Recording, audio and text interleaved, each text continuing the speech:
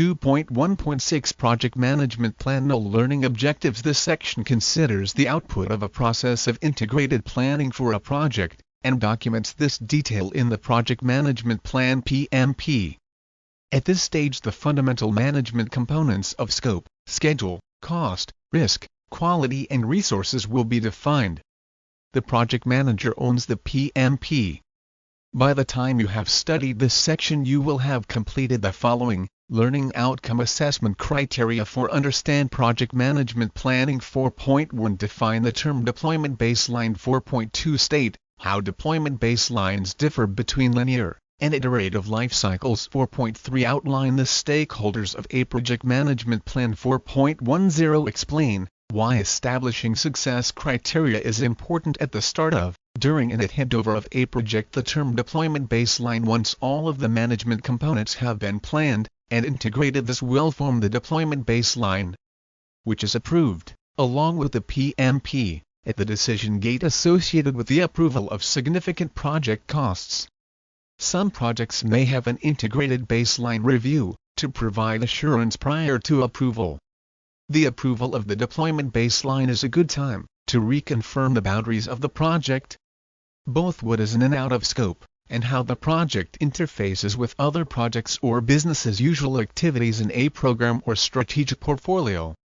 Some areas may not require a work of the integrated plan prior to approval, either to adjust scope or to make provision for a different amount of cost contingency, to take account of exposure to risks, and to fund risk responses that are not built into core scope. The project can then proceed to the deployment phase, where the deployment baseline will be used for monitoring progress and implementing change control. The deployment baseline in linear and iterative life cycles, depending on particular project objectives and the life cycle chosen, different approaches to planning time, resources and cost, in the context of risk, can be adopted. When using a linear life cycle approach, the assumption underpinning integrated planning is that all the work can be defined, estimated, scheduled, resourced and costed, and associated risks can be assessed. This may be done to different levels of granularity in the near term and the long term. Nevertheless, a management baseline can be established, from which deployment can be managed and controlled, and the value expectations are then understood for the whole project.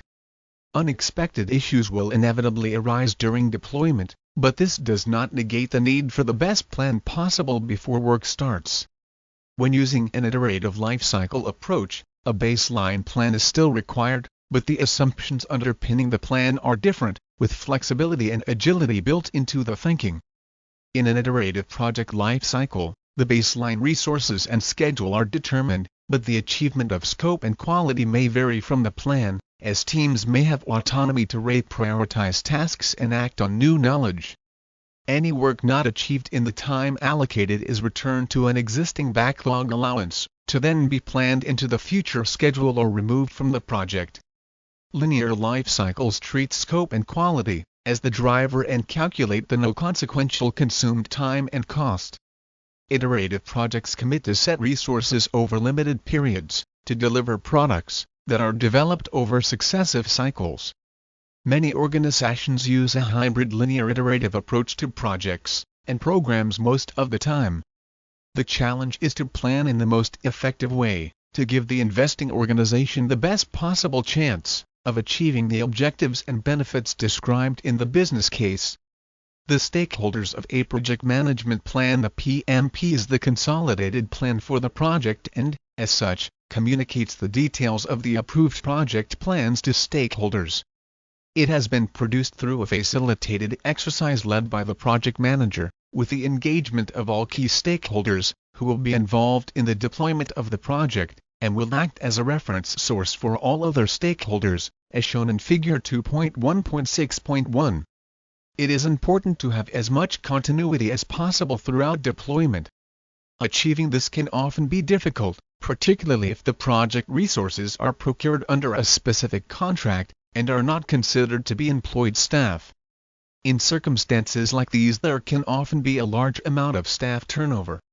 This transient flow of resources should not adversely affect the project. If the PMP is available, up to date and used as a major part of the induction material for new members of the team.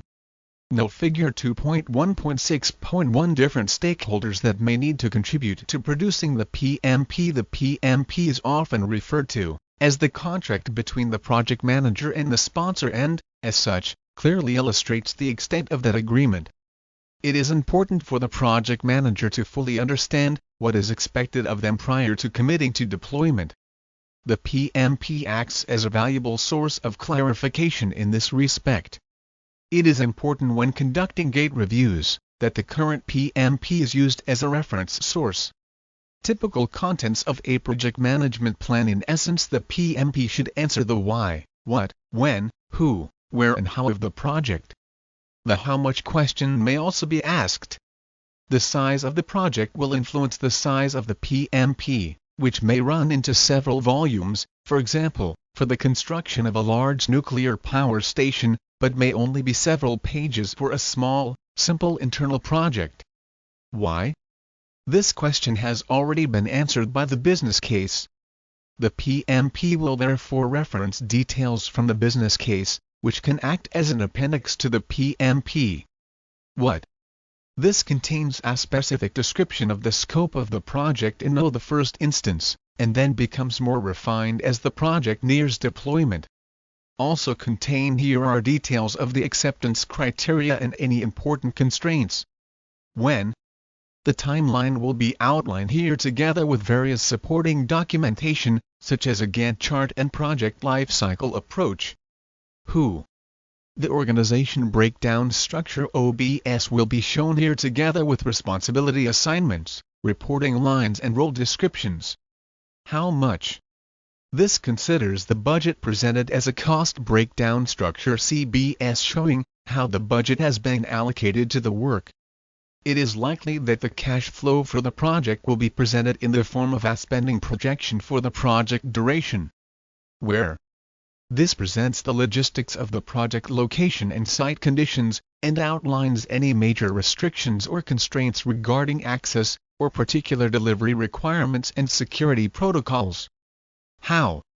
This is probably the most comprehensive part of the document, and outlines the management strategy for the project. These management plans will contain process steps, template documents, roles and responsibilities, communication requirements and the detailed information necessary to allow those involved in deployment to follow the required process. Specific management plans could exist for the following areas: risk, quality, procurement, stakeholders and communication, safety, scope, null change control procedures, cost, project controls information. This information, when assembled in a self-contained document, is now a standard reference for all concerned with the project. The list given may not all be applicable to every project but represents common examples of content. The importance of establishing success criteria at the start of, during and at the handover of a project. Project success is the satisfaction of stakeholder needs, and is measured by the success criteria agreed at the start of a project. All projects are designed to bring benefits to the investing organization, but the success criteria for many projects exclude benefits realization, as this is handled by another part of the organization. Success criteria are agreed with stakeholders as early as possible, but can be changed at any time in the project lifecycle, subject to approval through change control. In an iterative working environment, the team may find it easier to respond to changing success criteria, as they deliver and regularly test outputs with end users, allowing for gradual learning and adaptation. The degree of achievement of project management success criteria will be known at project handover, and accountability for achieving the project success criteria rests with the project manager. Benefits are often realized sometime after transition into use, hence accountability for benefits realization rests with the sponsor. Now think about a project you are familiar with or one that you may have researched, and write down 5 frameworks or policies you would expect to find in the PMP for that project. Null.